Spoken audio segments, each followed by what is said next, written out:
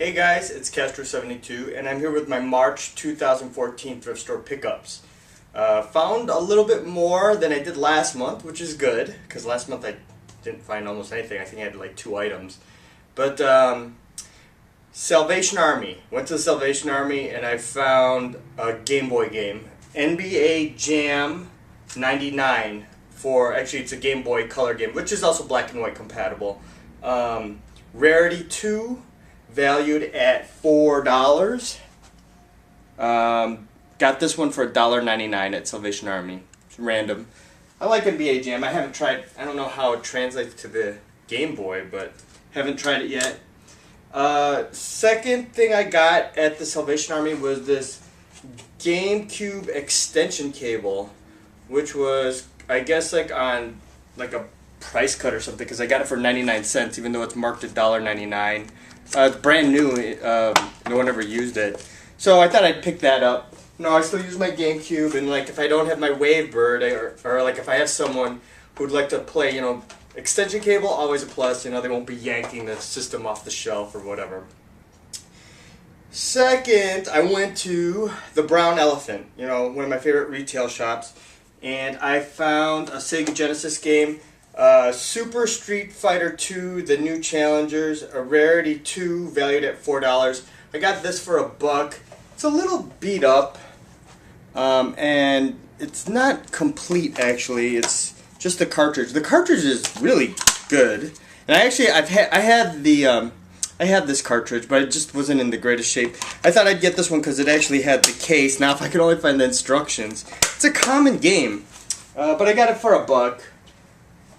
And to tell you the truth, I'll be honest, I prefer the Super Nintendo versions of all the Street Fighters. I mean, like, not to be a Sega hater or anything, but the SNES kind of did it better, at least for me. I mean, I know people will argue that.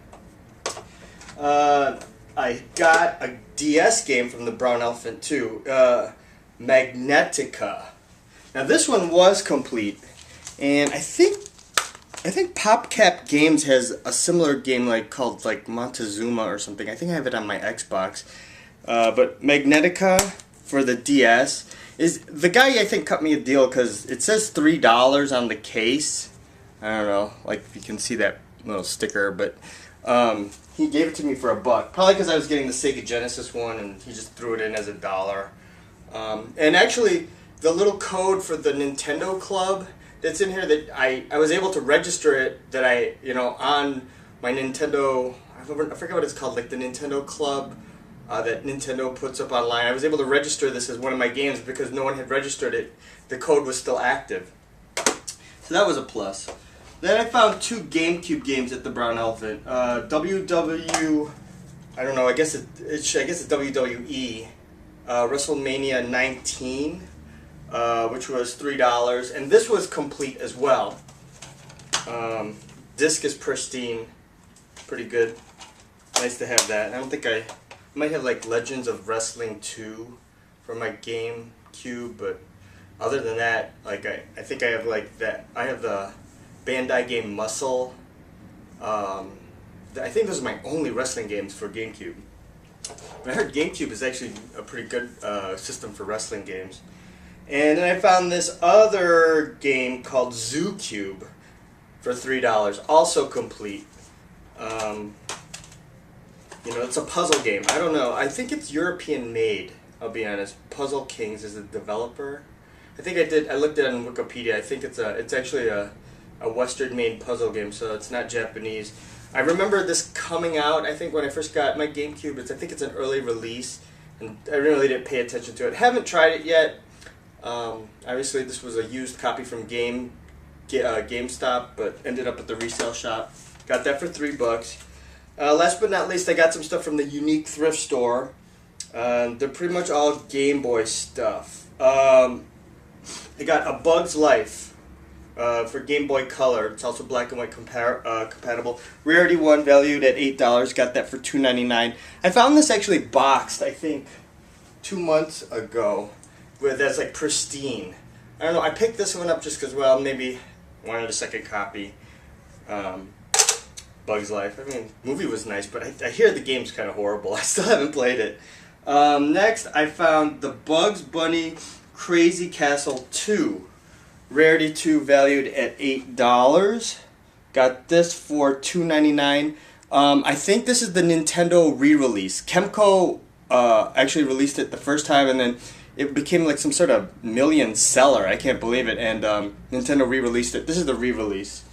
So got that for $2.99.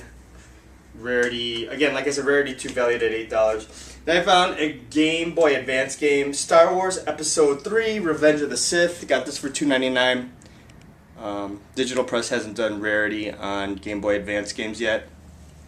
Hopefully this is good. I don't know, I think I tried the Lego ones on the Game Boy Advance, and they weren't that good. This one, I haven't tried this Game Boy Advance game though.